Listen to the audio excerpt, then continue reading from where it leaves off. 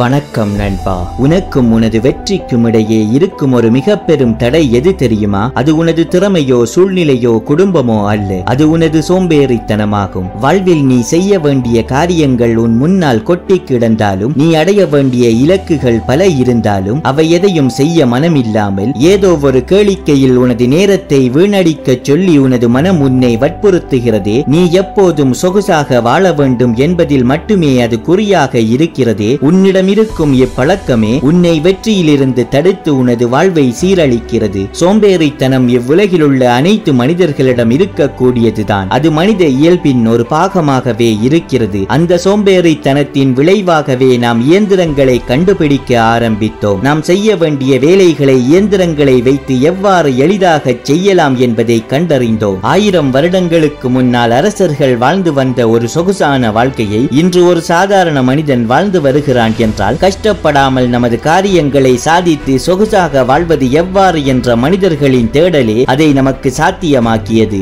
இருந்தாலும் ஒரு தனி மனிதனாக பார்க்கும்போது சோம்பேறித்தனம் நமக்கு நன்மைகளை விட தீமைகளையே அதிகம் தருகிறது. சொகுசான ஒரு வாழ்க்கையை வாழ வேண்டும் என்ற எண்ணத்தில் நமது வாழ்வில் இருக்கும் வாய்ப்புகளை வீணடித்து நம்மை முன்னேற விடாமல் தடுக்கிறது. நண்பா, இச்சோம்பேறித்தனத்தை உன்னை விட்டு விரட்டி அடிக்க நீ விரும்பினால், முதலில் அச்சோம்பேறித்தனம் உன்னிடம் எவ்வாறு உருவாகிறது, அது உருவான பின்னர் நீ எப்படி இயங்குகிறாய் என்பதை அவதானிக்க வேண்டும். நீ ஒரு கடினமான வேலையை செய்ய வேண்டிய சூழ்நிலையிலேயே இச்சோம்பேறித்தனம் உன்னிடம் வரும். அவ்வேலையை செய்யாமல் வேறு ஏதாவது ஒரு வேலையை செய்யலாம் என உன் மனம் உன்னிடம் கூறும். அதனால் நீ செய்ய வேண்டிய கடினமான வேலையை விட்டுவிட்டு அதைவிட இலகுவான ஒரு வேலையை செய்ய தொடங்குவாய். அல்லது எந்த வேலையையும் செய்யாமல் உனது நேரத்தை கடத்த ஆரம்பித்து விடுவாய். இந்த இடத்தில் நீ உண்மையிலேயே செய்ய வேண்டிய வேலையின் கடினத்தன்மையை எண்ணியே உன் மனம் சோம்பலடைகிறது. எனவே அச்சோம்பேறித்தனத்தை நீ போக்க விரும்பினால், அப்படி அது உருவாகும் போது குறித்த வேலையை தவிர்த்துவிட்டு அதைவிட இலகுவான ஒரு வேலையை செய்து அதில் திருப்தி அடையாமல் அவ்வேலையை விட கடினமான ஒரு வேலையை செய்ய தொடங்கு.